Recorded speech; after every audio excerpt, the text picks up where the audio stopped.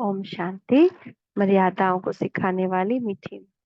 बाबा के साधारण रूप से कहे गए वाक्यों को भी मम्मा महावाक्य के रूप से स्वीकार करती थी। एक बार यज्ञ में स्थान के अभाव के कारण बाबा ने कहा कि पलंग को ऐसे सेट करो कि बड़े पलंग के नीचे छोटा पलंग आ जाए, ताकि दिन में नीचे डाल दिया जाए और रात्रि में बाहर निकाल कर सो सके। बाबा पुराने भवन के हॉल में स्वयं डालकर देख रहे थे, बाबा मम्मा के साथ।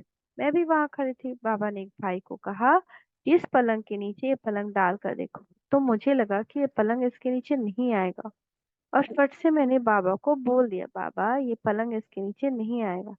फिर भी उस भाई ने बाबा की आज्ञा अनुसार उसे डालने का प्रयास किया, परंतु वह नहीं आया। मेरे लिए यह घटना साधारण सी बात थी। मुझे बिल्कुल भी नहीं लगा कि मैंने कोई भूल की है। परंतु शाम को जब मैं मम्मा के पास गई तो मम्मा ने मुस्कुराते हुए कहा, प्रेम, तुम्हारी बुद्धि बहुत अच्छी है, जल्दी सही निर्णय करती हो। मुझे कुछ समझ में नहीं आया कि मम्मा आज ऐसा क्यों कह रही है। पहले तो मम्मा ने कभी ऐसा नहीं कहा। मैंने मम्मा से पूछा, मम्मा आज आप मुझे ऐसा क्यों कह रही हो, क्या मुझसे कोई भूल हुई है? तब मम्मा ने पलंग डालने वाली घटना बड़े ही प्यार से समझा और कहा, जैसे बाबा कहते हैं, पहले दूसरे की बात को सम्मान दो, फिर उसमें जो कमी हो वह बता दो तो उसे बुरा नहीं लगेगा। उस समय मेरी लगभग 17 वर्ष की उम्र थी। ये कितनी बड़ी बात है, ये बात बहुत टच करती है कि पहले दूसरे की बात को सम्मान दो। अगर कोई कह रहा है कि चलो चलो ऐसे काम करते हैं, ओके, पहले एक्सेप्ट करो। फिर क्या करना है, अच्छा ऐसे करेंगे तो ऐसे होगा, लेकिन ऐसे करेंगे तो इससे भी अच्छा होगा, तो उसको बुरा नहीं लगेगा। लेकिन पहले ही किसी को कह देंगे नो, तुम्हारा बात नहीं मानेंगे, तो क्या हो जाएगा, उसको हम हर्ट करेंगे तो पाप ही हुआ ना। उस समय उसकी उम्र 17 वर्ष थी। तब भी मम्मा ने बड़े ही प्यार से कहा कि तुम्हारी बुद्धि बहुत तीक्ष्ण है और निर्णय भी ठीक लेती हो, परंतु जब बाबा खड़े थे और कह रहे थे कि इस पलंग को ऐसे डालो, तो हमारा काम है डालना। जब वह नहीं आएगा तो बाबा स्वयं ही कहेंगे कि निकाल दो, तो निकाल देंगे। फिर भी मुझे समझ में नहीं आया।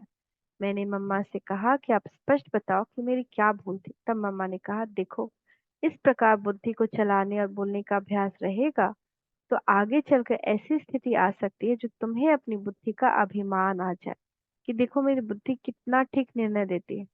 तब यह बुद्धि दिव्य बुद्धि नहीं बन सकती। बाबा की हर आज्ञा पालन करने से ही बुद्धि दिव्य बुद्धि बन सकती है ना। हम अपने मन से सोचे कि हम इस चीज में ऐसे क्यों करें, ऐसे क्यों झुके, ये तो करेक्ट, ये तो रॉन्ग है, हम करेक्ट है, क्यों नहीं हम डायरेक्ट बोले।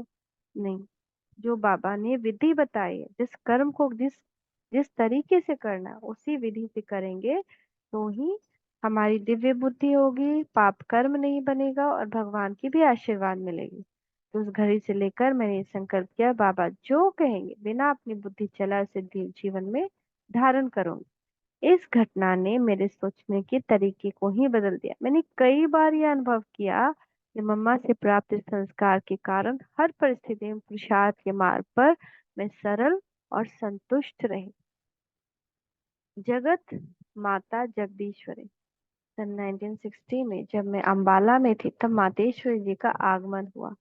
मातेश्वरी जी के संग दिन रात रहने का सुअवसर मिला, जिसमें देखा कि मम्मा एक एक भाई बहन पर व्यक्तिगत रूप से खास ध्यान देकर उनके हर समस्या का समाधान करती थी। और सब ऐसे गदगद हो जाते थे जैसे अपने बच्चे अपनी माँ को पाकर सब दुख भूल जाते हैं। बड़े बड़े भाई बहनें भी अपना पद, आयु, स्थान सब भूलकर मम्मा के सामने बच्चे बन जाते थे। सन 1963 में एक सप्ताह के लिए मम्मा देहरादून पधारी। उस समय देहरादून सेवा केंद्र को खुले हुए केवल 1 ही वर्ष हुआ था।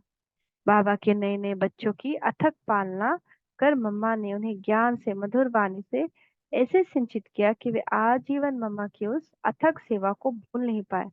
मम्मा की वाणी की विशेषता रही कि वे बाबा के हर शब्द को इतना सरल रीति स्पष्ट करके समझाती थी कि छोटे से छोटे, नए से नए बच्चे बाबा के ज्ञान को नए से नए बच्चे नए से नए बाबा के बच्चों को ज्ञान की गुह्यता का अनुभव हो जाता था। मम्मा ने 1 सप्ताह तक लगातार सेवा करके इस धरनी को फलीभूत किया। मम्मा इस स्वरूप को देखकर ये अनुभव हुआ कि सरस्वती की वीणा का क्यों गायन होता है। माँ सरस्वती पिता ब्रह्मा बाबा के हर कर्म को जीवन में अक्षराक्षर उतार कर ज्ञान की चैतन्य मूर्ति बनी, जिसका साक्षात अनुभव मैंने किया।